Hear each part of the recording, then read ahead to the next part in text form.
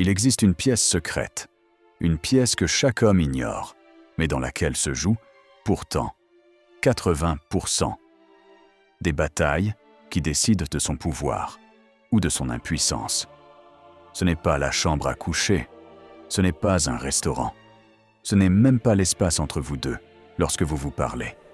Cette pièce est dans son crâne, dans le théâtre privé de son imagination. Et la plupart d'entre vous, mes amis, vous vous battez férocement sur le terrain de la réalité en laissant ce territoire suprême, cet arrière-pays mental, totalement inoccupé. Ou pire, vous le laissez être colonisé par d'autres images, d'autres récits, d'autres hommes. Aujourd'hui, nous allons prendre d'assaut cette forteresse. Pas avec des armes grossières, avec la plus subtile, la plus infiltrante des technologies, l'art du fantasme. Non pas le fantasme vulgaire, mais le fantasme stratégique. Celui qui fait d'un homme non plus un interlocuteur, mais une expérience cognitive récurrente. Une présence qui hante les interstices de sa journée. Si tu es prêt à apprendre à ne plus simplement interagir avec une femme, mais à habiter son esprit, même en ton absence, alors cette heure est décisive. Installe-toi. Nous pénétrons dans l'usine. Regarde autour de toi. Le monde moderne t'a conditionné à vouloir tout de suite.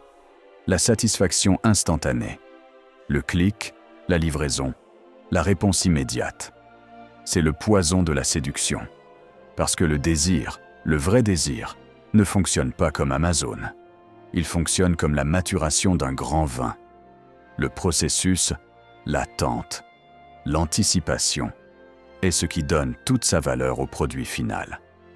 En fait, souvent, la valeur est presque entièrement dans l'attente. Je vais te raconter l'histoire de deux hommes, deux amis à moi. Écoute bien la différence. Il y a Thomas. Thomas est un séducteur de l'instant. Il est brillant, il captive, il sait créer une intensité électrique. Un soir avec lui est un chef-d'œuvre. Mais Thomas commet l'erreur cardinale. Il veut consommer cette intensité. Il veut la conclure, la sceller, la posséder. Et le lendemain, une fois l'étreinte passée, l'adrénaline retombée, il passe à autre chose.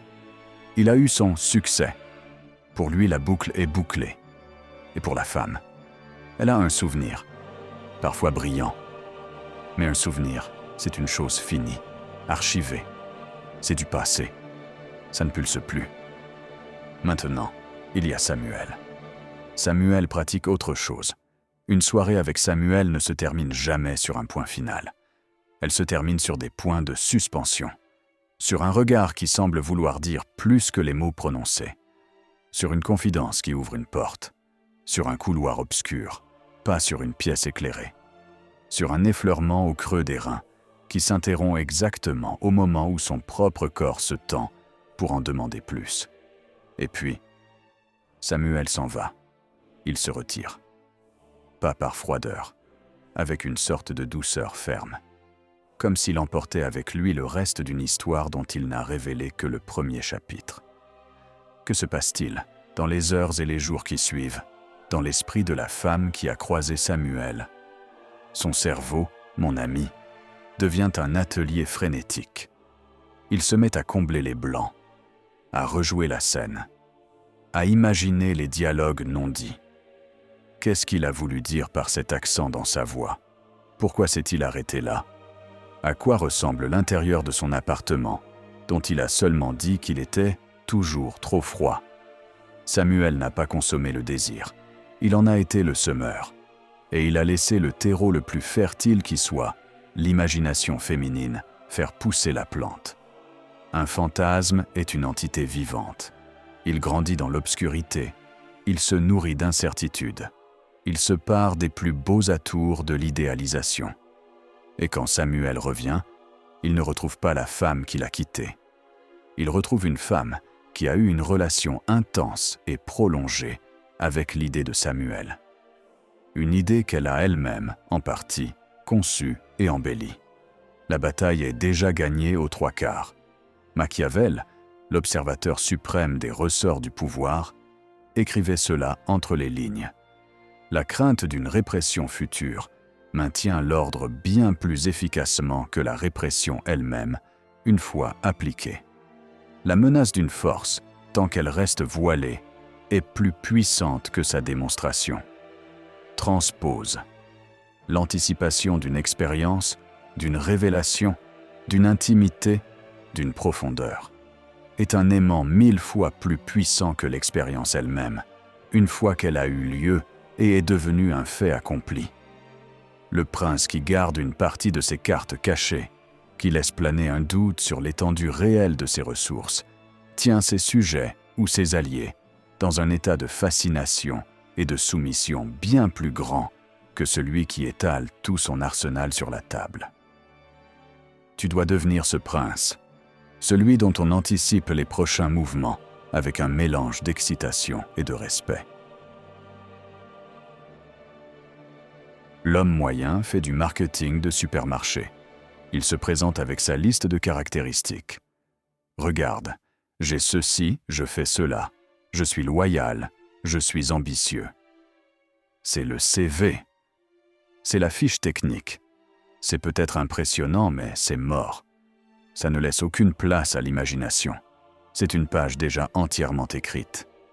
Le stratège du fantasme opère à un niveau différent. Il ne vend pas un produit. Il vend l'expérience immersive de la découverte de ce produit. Il est le réalisateur, le scénariste et le personnage principal d'un film. Et il lui offre, à elle, le rôle le plus captivant qui soit, celui de l'enquêtrice, de la décodeuse, de celle qui doit résoudre l'énigme de son personnage. Je vais te donner une arme concrète, une technique que j'appelle l'injection d'anomalies narratives. Mon ami Mathias en est un virtuose. Mathias se présente au monde avec une façade très claire, très lisible. Disons, l'homme d'affaires sérieux, structuré, un peu classique. Rien de très excitant en surface. Mais Mathias a ce talent. Il injecte, à un moment précis, un seul détail qui fait grincer cette façade parfaite. Un détail qui ne colle pas. Une anomalie. Un exemple. Lors d'un dîner détendu, au milieu d'une conversation banale, il laisse tomber comme sans y penser. Ça me rappelle cette fois où je me suis perdu 3 jours dans le désert marocain, avec pour seule compagnie un guide qui ne parlait que l'arabe dialectal. Puis il sourit et demande « Tu reprends du vin ?» Il ne développe pas. Il ne fait pas de ce récit une anecdote héroïque. C'est une parenthèse. Une fenêtre ouverte sur un autre monde et immédiatement refermée. Que s'est-il passé? Il a inséré dans le récit linéaire de sa vie un pixel qui ne correspond pas au motif attendu. L'homme d'affaires a soudain une faille, une profondeur, un passé d'aventurier. Et le cerveau de celle qui l'écoute ne peut pas s'empêcher de zoomer sur ce pixel. Il se met en mode résolution de problème. Attends, qui est vraiment cet homme? Quel est le lien entre le costume et le désert? Entre le calme et l'aventure extrême? Est-ce un menteur? Un rêveur? Un survivant? Mathias a créé une friction narrative, une petite énigme parfaitement calibrée. Et le cerveau humain est une machine à résoudre des énigmes, c'est son plaisir le plus profond. Elle va passer du temps, mentalement, à essayer de résoudre ton énigme, à recoller les morceaux de ton identité, à te reconstruire dans sa tête. C'est là que la magie opère. Tu n'es plus un homme avec qui elle interagit. Tu es devenu un projet cognitif personnel, un puzzle dont elle veut trouver toutes les pièces. Tu habites désormais une partie de son attention flottante, cette attention qui vagabonde dans les files d'attente, sous la douche, dans les insomnies. C'est la naissance d'un fantasme. Pas un fantasme sexuel cru, mais un fantasme d'identification. Je veux connaître l'homme derrière le mystère. La pulsion primaire, quand on sent une connexion, une étincelle, c'est d'en vouloir plus. Tout de suite. Plus de temps, plus de contact, plus de validation. C'est la logique de la consommation. C'est la logique du besoin. C'est aussi la logique qui tue le mystère et assèche le terrain du fantasme. Le maître de l'imprégnation psychologique comprend un principe contre-intuitif. La distance physique n'est pas un vide. C'est l'espace de travail actif du désir. Quand tu t'éloignes, et je ne parle pas de jeu puéril de ne pas répondre pendant 3 jours, quand tu t'éloignes parce que tu es absorbé par le chantier de ta propre vie, tu ne disparais pas. Tu opères une transmutation. Tu passes du statut d'entité physique dans son champ de vision, au statut d'entité psychique dans son champ de conscience. Et dans le champ de la conscience, les règles du jeu sont différentes. Ici, il n'y a pas de défaut de peau, pas de phrase maladroite, pas de limite. Ici, tu es perfectible à l'infini. Son imagination peut te sculpter, te polir, t'embellir, sans la friction de la réalité. L'art, ici, est de doser la matière première. Tu dois fournir, lors de vos contacts, des fragments de très haute qualité, des fragments d'authenticité, de compétence, d'humour noir, de vulnérabilité maîtrisée, les pixels d'anomalie dont on parlait. Puis, tu dois laisser l'espace nécessaire pour que son esprit utilise ces fragments comme point de départ pour ses propres constructions. Imagine que tu sois un auteur. Tu lui donnes le premier chapitre d'un roman fascinant. Puis tu t'arrêtes. Tu ne lui donnes pas le chapitre 2 le lendemain. Tu la laisses, pendant 1 semaine, ruminer ce premier chapitre, imaginer les directions possibles, s'attacher au personnage. Quand tu reviendras avec le chapitre 2, elle ne sera pas un simple lectrice. Elle sera une collaboratrice de l'histoire, car elle y aura investi ses propres hypothèses, ses propres désirs. Ton retour sera un événement, pas une routine. C'est ça, le retrait stratégique. Ce n'est pas fuir, c'est créer les conditions pour que ton absence soit plus éloquente que ta présence. Pour qu'elle te désire non pas parce que tu es là, mais parce que tu n'y es pas, et que son esprit a choisi de t'y inviter. Maintenant, mon ami, écoute ceci, car c'est crucial. Ce que nous décrivons là, l'art de l'anticipation, de l'énigme narrative, du retrait et d'une puissance redoutable. C'est la maîtrise de la dimension psychique du jeu. Mais c'est un outil magnifique, tranchant et dangereux. Et comme tout outil tranchant, il peut te blesser gravement si tu l'utilises sans la structure adéquate, sans la base solide. Construire un fantasme sur un homme qui, dans la réalité, est inconsistant, manque de vertu, de force intérieure, qui n'a pas de centre de gravité, c'est comme construire un château de brume sur un marécage. C'est fascinant à regarder de loin, aux premières lueurs du matin. Mais dès que le soleil se lève, dès que le vent de la réalité souffle un peu fort, tout se dissipe. Et ce qui reste, c'est la boue du marécage, la déception, le mépris. En fait, il n'est rien.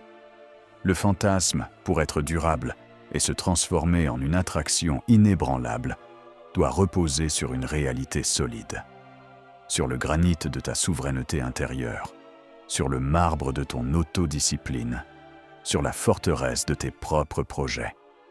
Les techniques que nous voyons aujourd'hui sont les ornements, les gargouilles, les fenêtres colorées de la cathédrale. Mais si la cathédrale n'a pas de fondation, si elle n'a pas de piliers porteurs, tes principes, ton honneur, ta mission, alors les ornements les plus beaux du monde ne feront que s'écraser avec elle au premier tremblement de terre. C'est pour cela, copains, que tout ce que nous explorons, la souveraineté, le désir interdit, l'usine à fantasmes, n'est pas une collection de tips isolés. C'est un système organique. Chaque pièce s'emboîte avec la suivante. Chaque loi renforce la précédente. L'art de l'énigme, le fantasme, est inutile sans la loi de la valeur perçue. Le retrait stratégique est contre-productif sans la loi du centre de gravité externe. Et ce système complet, cette architecture stratégique entière, est méticuleusement cartographiée ordonnée et rendue applicable dans un seul codex. Le codex des 48 lois de la séduction machiavélique. Ce n'est pas une autre vidéo ou un e-book de plus. C'est le manuel de l'architecte, celui qui te permet de construire, pierre par pierre, une présence masculine qui est d'abord solide, puis impressionnante, puis fascinante, puis inoubliable. Dans la réalité, et donc, inévitablement, dans l'imaginaire. Le lien pour y accéder sera dans la description lorsque le travail sera achevé, car on ne dévoile pas les plans de la forteresse avant qu'elle ne soit prête à résister aux assauts. En attendant, ton éducation stratégique passe au niveau supérieur, parce que tout ce qu'on a vu, le désir, le fantasme, reste de la théorie si tu ne sais pas l'incarner dans l'instant crucial, si tu ne sais pas transformer un regard, une rencontre, en une connexion qui décolle. Demain, on entre dans le vif du sujet. La vidéo s'intitule « L'art de la parole », qui rapproche comment tes mots peuvent créer une intimité immédiate et une envie de se toucher. On va être clair, copain. On ne va pas parler de philosophie. On va parler d'action. De comment, avec les bonnes phrases, le bon rythme, le bon silence, tu peux faire en sorte que la conversation bascule. Qu'elle passe de sympathique à électrique. Qu'elle sente qu'entre vous, ce n'est plus un échange social, mais quelque chose de plus animal et consentant. Tu vas apprendre la structure d'une conversation qui ne tourne pas en rond, mais qui avance, qui ne cherche pas à impressionner, mais à créer de la proximité. Comment utiliser tes mots pour désarmer ses défenses, créer un climat de confiance trouble et lui donner, à elle, l'envie irrésistible de franchir la dernière distance physique qui vous sépare. C'est l'outil ultime pour celui qui en a marre des discussions stériles et qui veut des résultats, qui veut sentir cette tension changer dans l'air. Si tu es prêt à arrêter de parler à une femme et à commencer à parler avec elle d'une manière qui vous rapproche, inévitablement, sois là. Demain, abonne-toi, active la cloche, parce que la théorie, sans l'art de l'exécution, ne mène nulle part. Je te dis à demain sur le chemin du pouvoir.